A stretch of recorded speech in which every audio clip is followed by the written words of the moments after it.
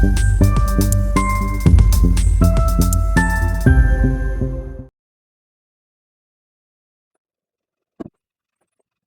is a quadrilateral? Quadrilateral എന്നാൽ എന്താണ്? Quadrilateral means it is a polygon having 4 sides, 4 vertices, 4 angles and 2 diagonals.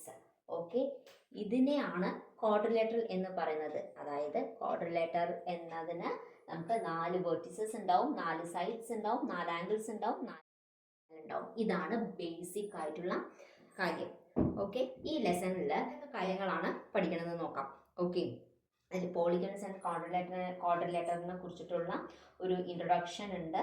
പിന്നെ types of quadrilateral, അതായത് rectangle, square, parallelogram, rhombus, trapezium, KITE എന്നിവയെ കുറിച്ച് പഠിക്കുകയും അതിൻ്റെ പ്രോപ്പർട്ടീസിനെ കുറിച്ച് പഠിക്കുന്നു.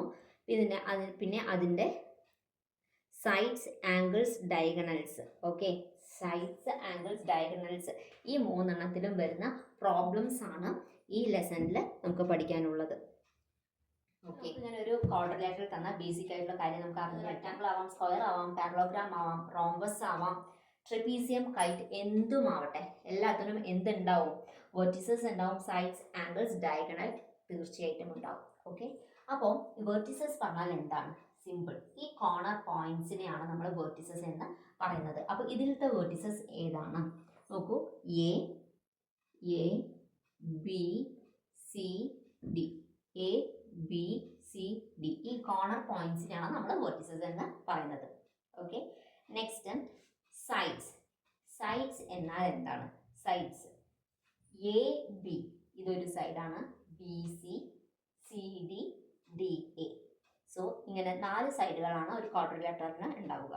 ഓക്കെ, അപ്പോൾ എഴുതാം A B, B C, C D and D A. Okay, next what is angle? അപ്പോൾ ഇതിലുള്ള ആംഗിൾസ് ഏതൊക്കെയാണ്?